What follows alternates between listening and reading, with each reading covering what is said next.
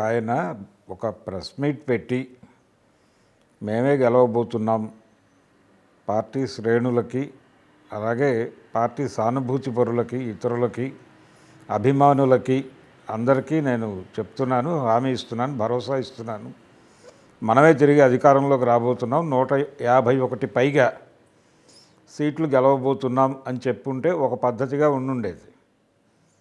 అలా కాకుండా ఆయన ఐపాక్ ఆఫీస్కి వెళ్ళి చెప్పడం మీద ఇప్పుడు ఆ పార్టీ కార్యకర్తలతో కొంచెం ఇబ్బంది ఉంది. ఇప్పుడు వాళ్ళు ఆలోచిస్తున్నారు, ఏమిటి అక్కడికి వెళ్ళి మాట్లాడాడు ఈయన, ఒక ఏజెన్సీ అది, ఏజెన్సీ ఆఫీస్కి వెళ్ళి చెప్పేదేదో ఆయన బహిరంగంగా చెప్పుంటే ఇంకా బాగుండేది కదా అని మాట్లాడుకుంటున్నారు. అంటే అక్కడ మాట్లాడటం వలన చాలామందికి ఆయన అనవసరమైనటువంటి లీడ్ ఇచ్చాడు, ఇతరులు మాట్లాడటానికి ఒక అవకాశం కల్పించాడు. అలా కాకుండా ఆయన విడిగా ఒక ప్రెస్ మీట్ పెట్టి మాట్లాడుంటే బాగుండేది అనేది వైఎస్ఆర్సీపీ శ్రేణులు ఇప్పుడు మాట్లాడుతున్నాయి. వాళ్ళలో అంతర్గతంగా అభిప్రాయం ఉంది, వాళ్ళలో వాళ్ళు అది చర్చించుకుంటున్నారు. అయితే టోటల్గా ఏపీలో పోలైనటువంటి ఓట్ల శాతం 82% దాదాపుగా పోలైనాయి. ఈ 82 పోల్ అవడంతో, అంటే ఎప్పుడైనా పోల్ పర్సంటేజ్ పెరిగితే అది ప్రభుత్వ వ్యతిరేక ఓటుగా భావించడం అనేది సాంప్రదాయంగా వస్తుంది. అయితే ఈసారి జరిగింది ఏంటంటే, రెండు పార్టీలు గెలుపుని చాలా కీలకంగా భావించాయి. అంటే ఇటు కూటమి, అటు వైసీపీ రెండు కూడా తీవ్రంగా పోటీపడి వాళ్ళకి ఓటేసేటువంటి వాళ్ళు ఎక్కడున్నా కానీ వాళ్ళని తీసుకొచ్చే ప్రయత్నం చేశారు. ఎన్డీఏ కూటమి చేసింది. ఎన్డీఏ కూటమి అంటే ప్రధానంగా టీడీపీయే. తెలుగుదేశం పార్టీకి ఓటేయటం కోసం ఎక్కడెక్కడి నుంచో వెళ్ళారు ప్రజలు, దేశ విదేశాల నుంచి. అంటే దేశీయంగా ఉన్నటువంటి ప్రవాసాంధ్రులు, విదేశాల్లో ఉన్నటువంటి ప్రవాసాంధ్రులు అందరూ తెలుగుదేశంకి ఓటేయడానికి మాత్రమే రాలేదు. అందులో వైసీపీ షేర్ కూడా ఉంది. వైసీపీకి ఓట్లు వేయటం కోసం కూడా చాలామంది వెళ్ళారు. అట్లా ఏం లేదండి.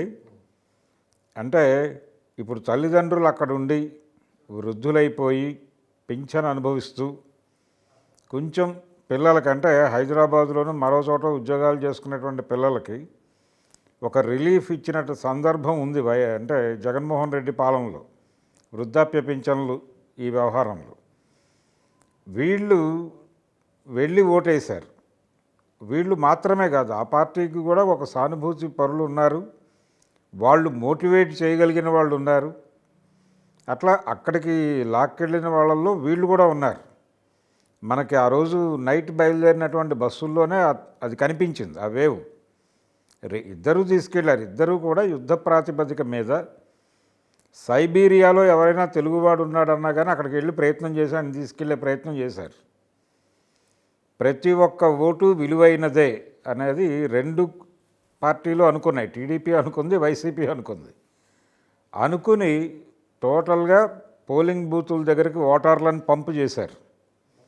ఈ పంపు చేసిన ఫలితంగానే ఈ నెంబర్ వచ్చింది 82% అనేది. అయితే ఈ పంపింగ్తో పాటు జనరల్గా ఉన్న సిద్ధాంతం ఏంటంటే, అర్బన్ ఓటర్లు కూటమికి అనుకూలంగాను, రూరల్ ఓటర్లు కొంత వైసీపీకి అనుకూలంగాను వెళ్ళారు అనేది. ఇది కొత్త సిద్ధాంతం ఏం కాదు. 2019 ఎన్నికల్లో టీడీపీ గెలిచిన సీట్లు కొన్ని, ఆ గెలిచినవి ఆ 25 సీట్లు కూడా వాళ్ళు గెలిచింది ఎక్కడ, అర్బన్లోనే గెలిచారు ప్రధానంగా, రూరల్లో గెలవలేదు. రూరల్ ఆ రోజున వైసీపీ స్వీప్ చేసింది.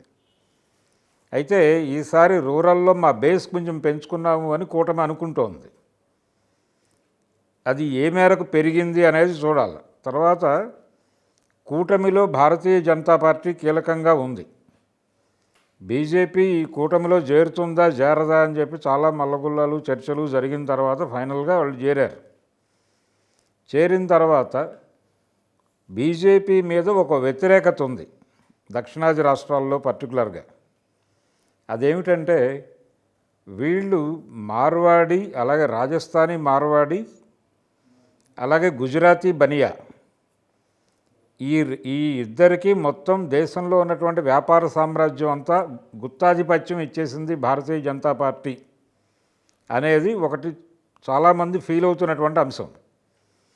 మీరు ఏ ఊళ్ళోనైనా చూడండి, ప్రధానమైనటువంటి వ్యాపారాలన్నీ వాళ్ళ చేతుల్లోనే ఉన్నాయి. డైరెక్ట్ పాయింట్ కాదండి.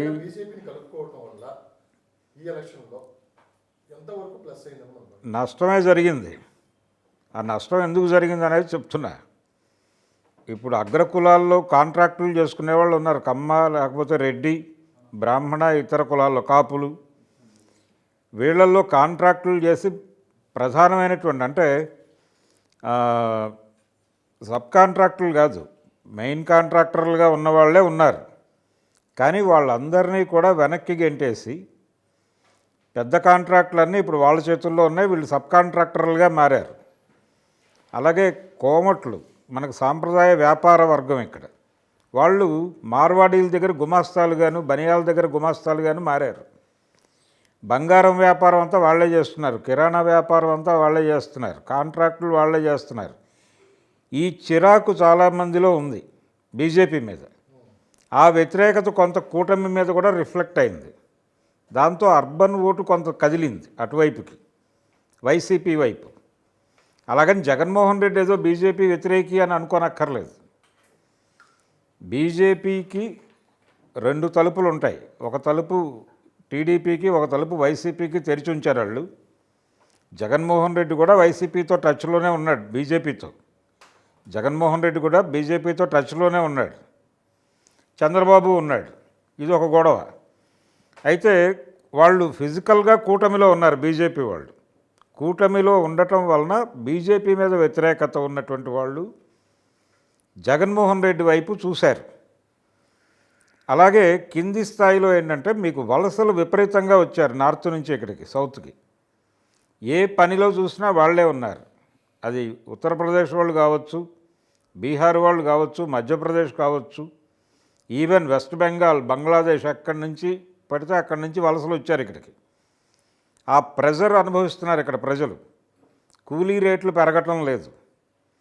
కూలీ రేట్లు పెరగకపోవడానికి వీళ్ళే కారణం.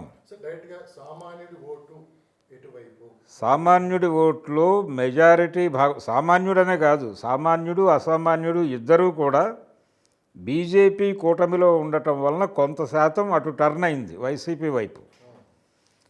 రూరల్ ఓట్లో వీళ్ళు ఏ షేర్ తీసుకున్నారో తెలియదు, కానీ అర్బన్ ఓట్లలో వాళ్ళు షేర్ తీసుకున్న మాట వాస్తవం బీజేపీ వలన.